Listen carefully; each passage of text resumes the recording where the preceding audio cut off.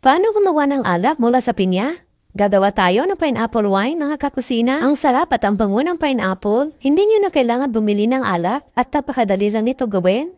Ito ang gagamitin nating lalagyan sa ating pineapple wine fermentation. At ito na ang pinya na gagamitin natin, mga 500 grams po ito.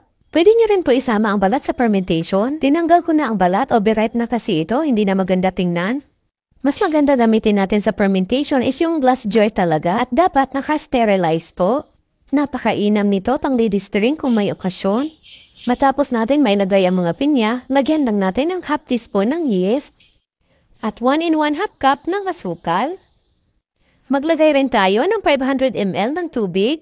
Distilled water po ang gagamitin natin dito. Kung wala pong distilled water, magpainit na lang po ng tubig. Pag malamig na, tsaka na po ilagay dito. Ganito talaga ang paggawa ng wine. Marami talagang asukal. Yan kasi ang magiging pagkain ng yeast natin. Huwag kayong mag-alala dahil ang asukal natin is converted into alcohol na po yan during fermentation.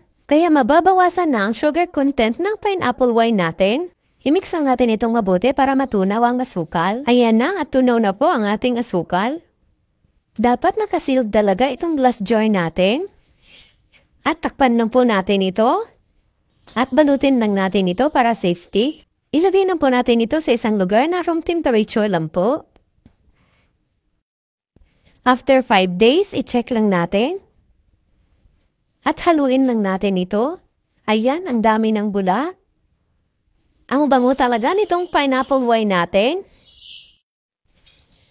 At takpan lang po natin ulit ito. After 12 days, ito na ang pineapple wine natin. Day 12 hanggang day 15, sakto na po yan para sa akin. Medyo mahina kasi ang tolerance ko sa mga ganito, charot. Grabe, ang bango-bango talaga. At salain lang natin ito para mahiwalay ang mga bits ng pinya. Ang ganda talaga ng kulay, ang sarap-sarap inumin. Ang daming nagawa natin na pineapple wine. At ilipat lang natin ito dito sa ating wine bottle.